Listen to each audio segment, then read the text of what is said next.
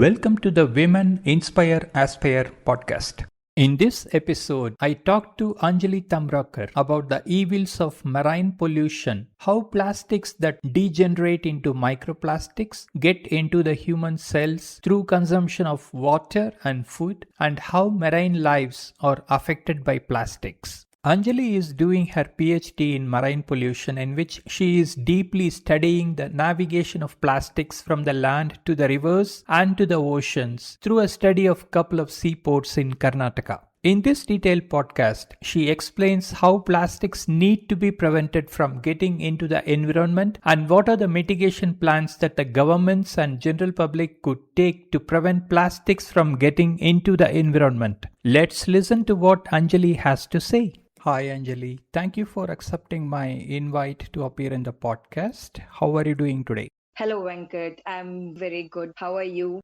I'm doing great, thank you.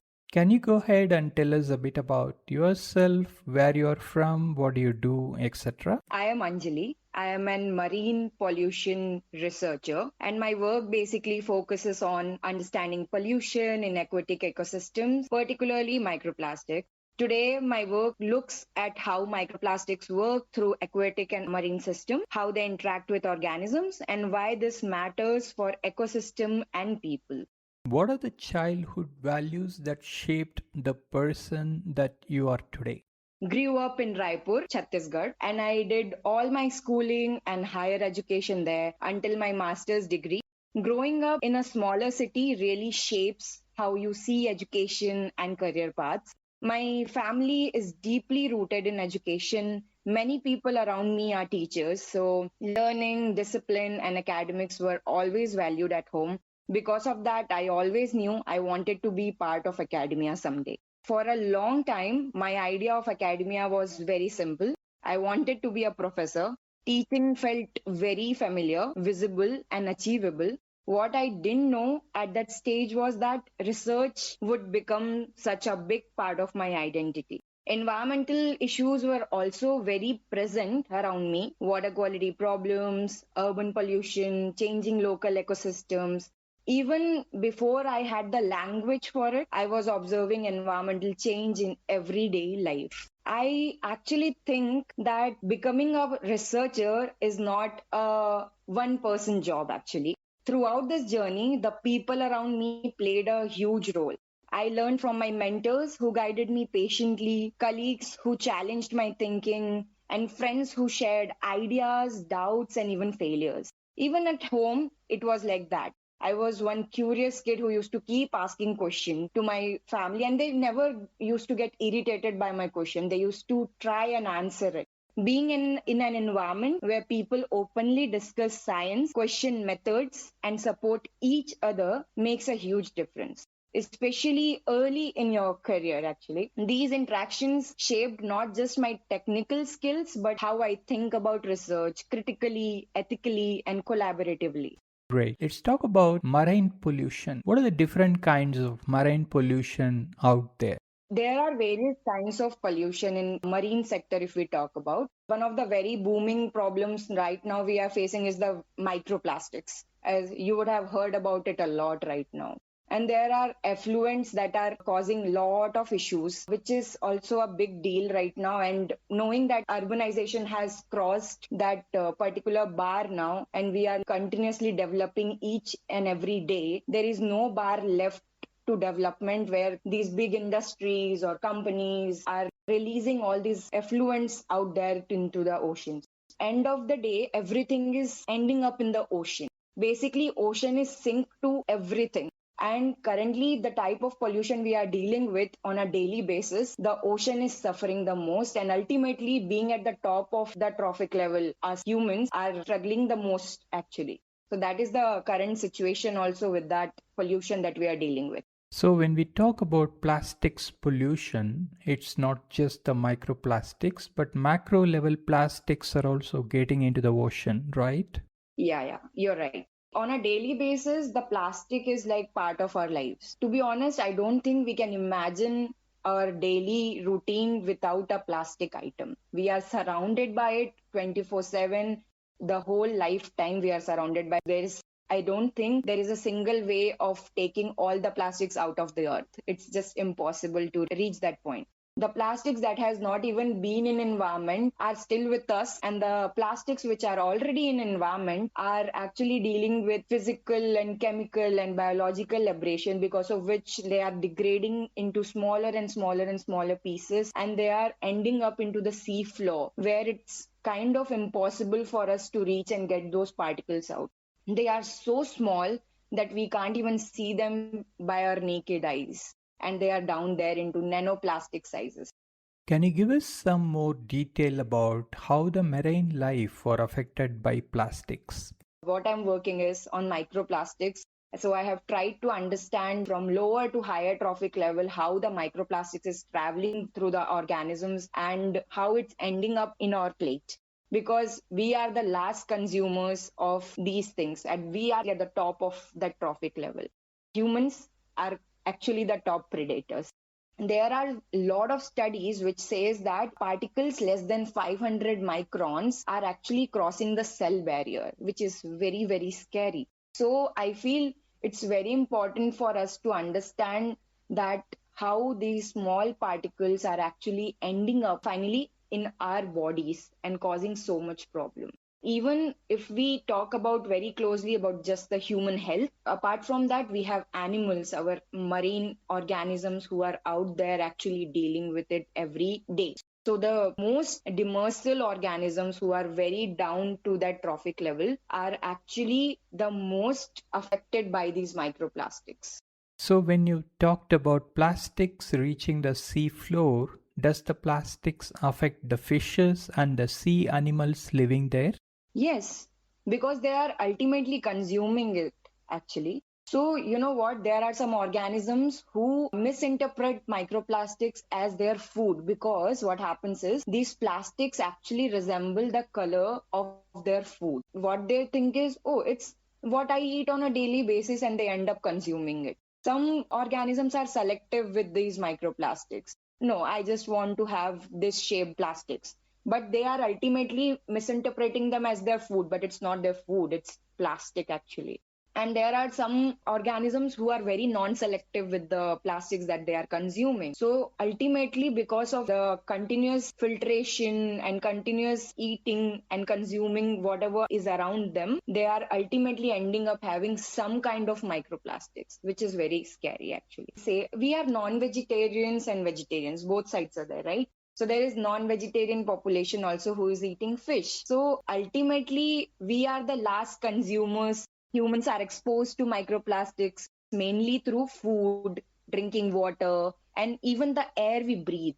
We ingest them through seafood, salt, packaged foods, and bottled or tapped water. Let's talk a bit about the work that you're doing in the area of microplastics. That is quite interesting, and I think you will like it. What I am doing is I'm trying to understand the occurrence of microplastic in marine organisms, how they move across the habitats and food webs, and what potential risks they pose. It actually combines environmental monitoring, analysis, data interpretation, and it's a field where learning never really stops. So this is like lot of research together. When you talk about environmental monitoring, do you monitor geographies, oceans, etc.? So basically what I do is I take samples from two major fishing harbors from Karnataka. That is Malpe Fishing Harbor and Mangalore Fishing Harbor. Collect samples from Malpe Fishing Harbor and some live fishing in the sea, and we collect fishes live from the location, and I'm trying to understand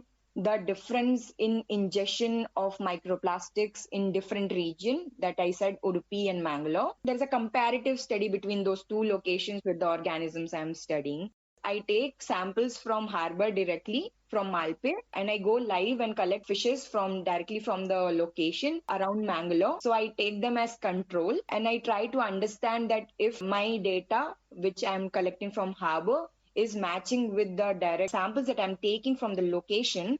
This is basically the summary of what I am doing. So you mentioned about two harbors that you're working on.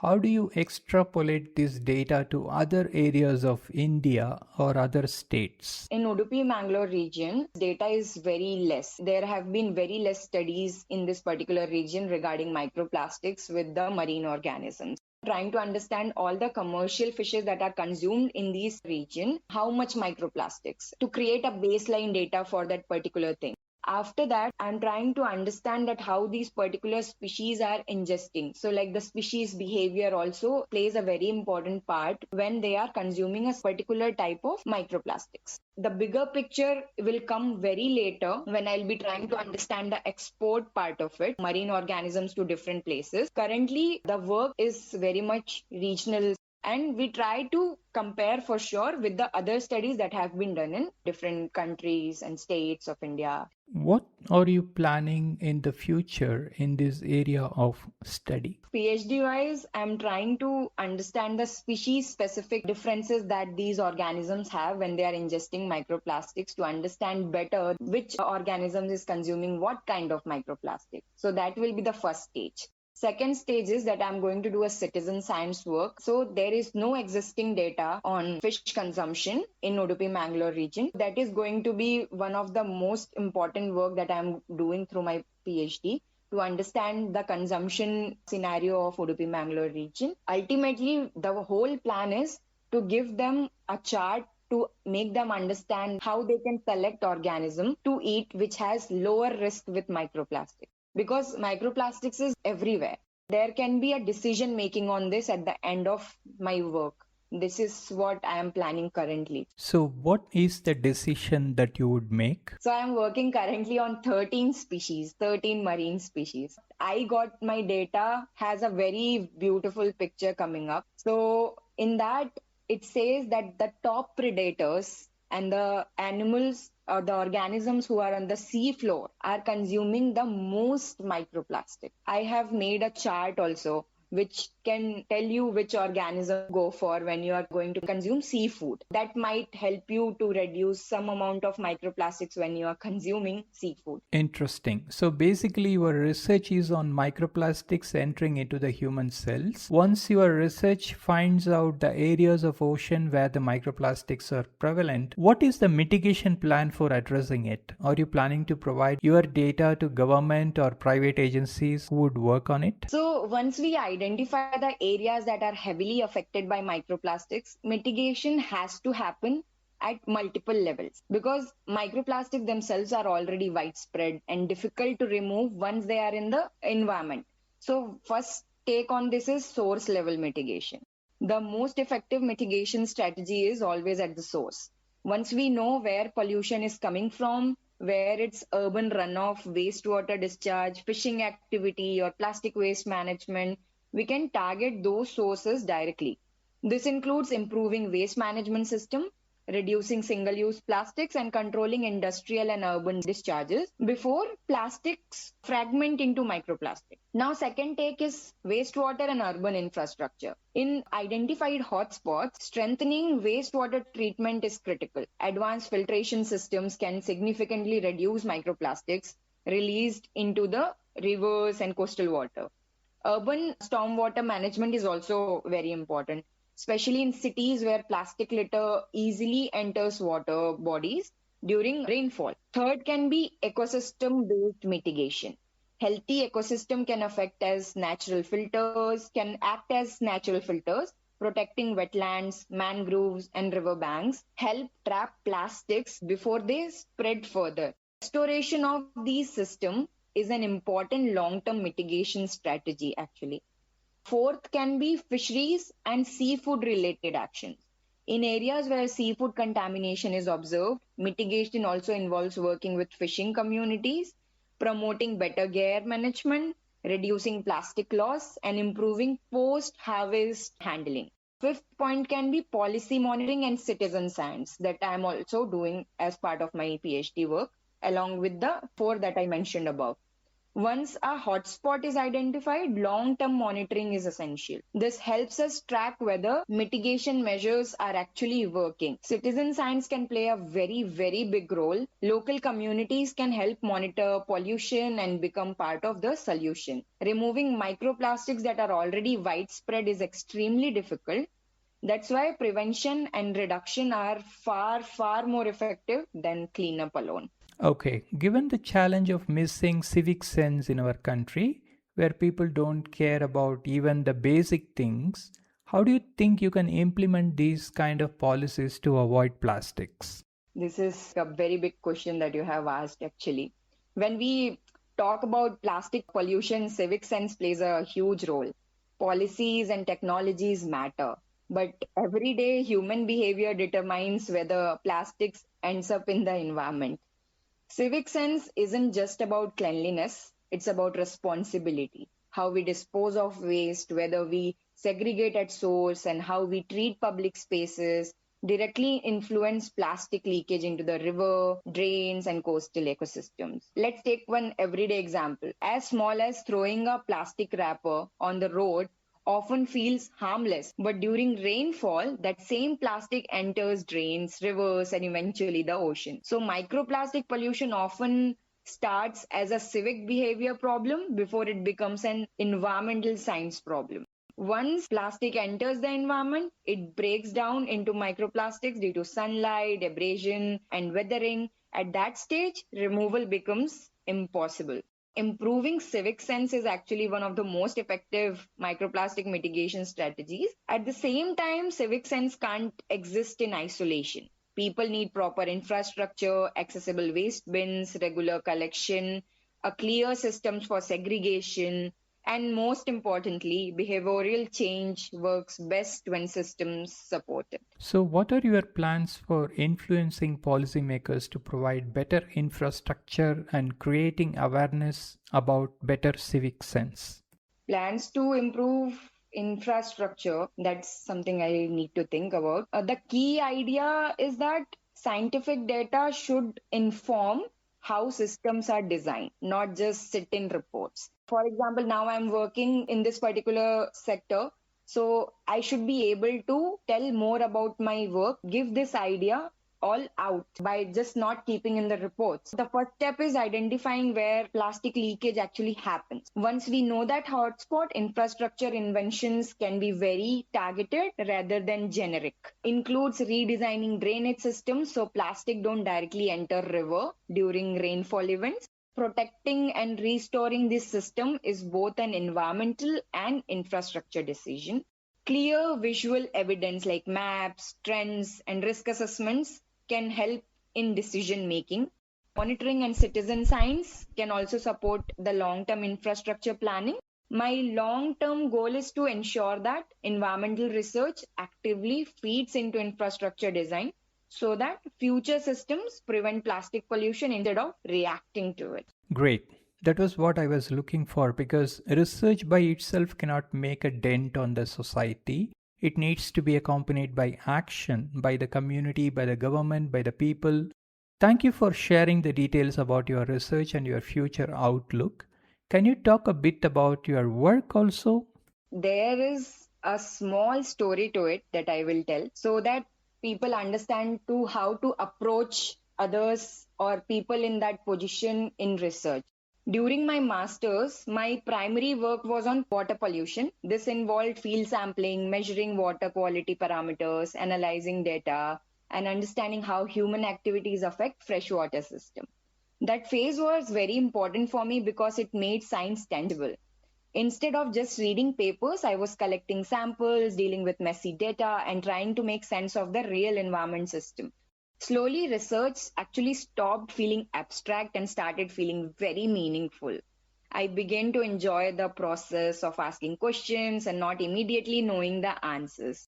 While I was working on my dissertation, I was also exposed to laboratory work on microplastics.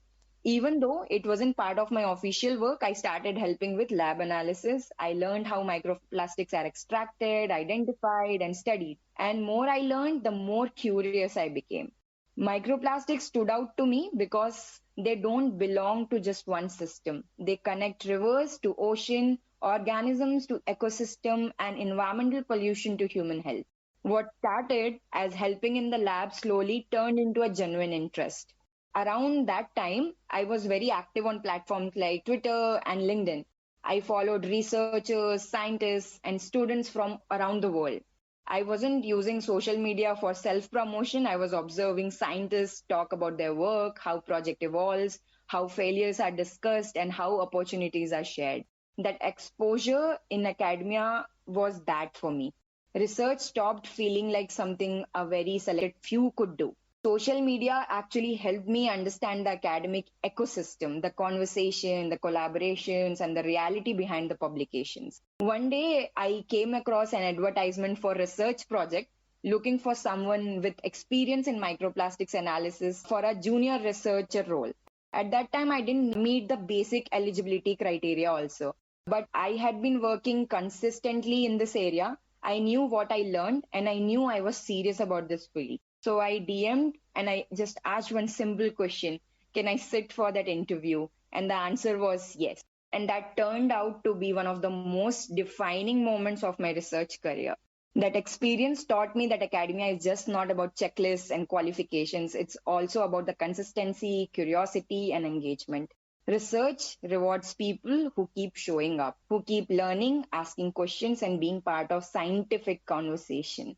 That opportunity confirmed that research was what I wanted to pursue seriously. And for my doctoral work, I chose to focus on microplastics. And that's how I have been a part of a project as well as I kept doing my PhD parallelly. So you are working for an organization where you are doing the PhD also? Yes. Thank you for sharing that.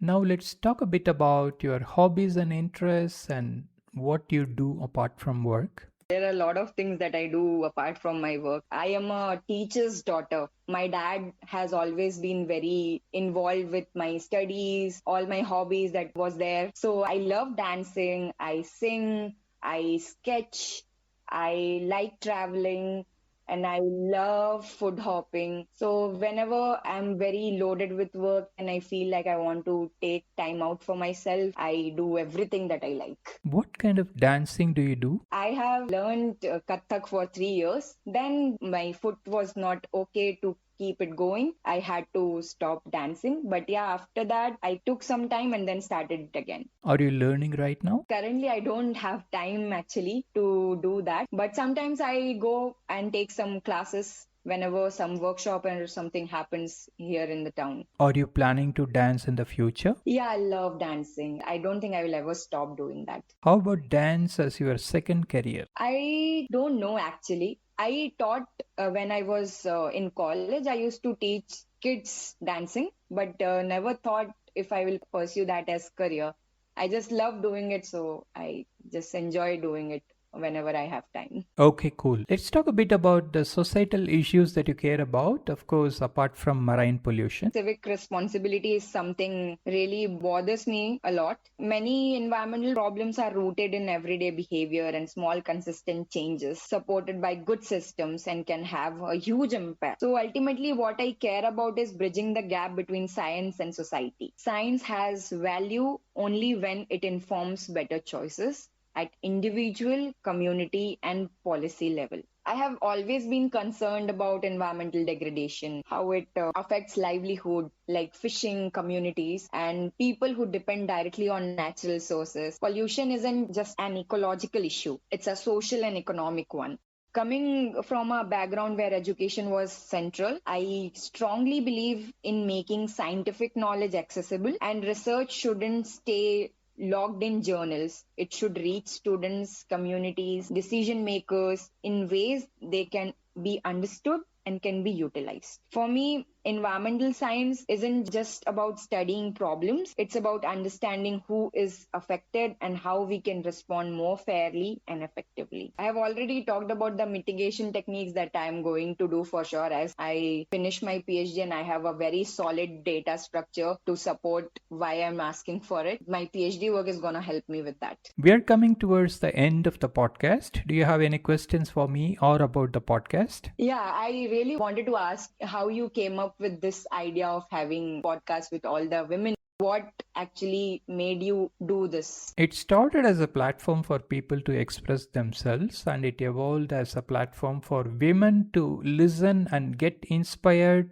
from the women guests from various fields. Wow, so nice to know. Thank you for inviting me also. I feel very happy to be a part of this podcast. Thank you so much. I wish you all the best in your life and whatever you aspire to do. Please take care and bye for now. Thank you. Bye bye. That was a great podcast with Anjali Tamrakar. Please subscribe to this channel and follow it for more awesome podcasts. Opinions expressed by the guests in this podcast are their own. The host or the sponsors of the podcast do not condone the opinions expressed by the guests or the actions arising out of those opinions. Any decisions or actions that the listeners might take as a result of listening to this podcast must be based on their own judgment and will be at their own risk. The podcast host or their sponsors will not be held responsible for the consequences of any actions and or decisions taken as a result of any content in this podcast.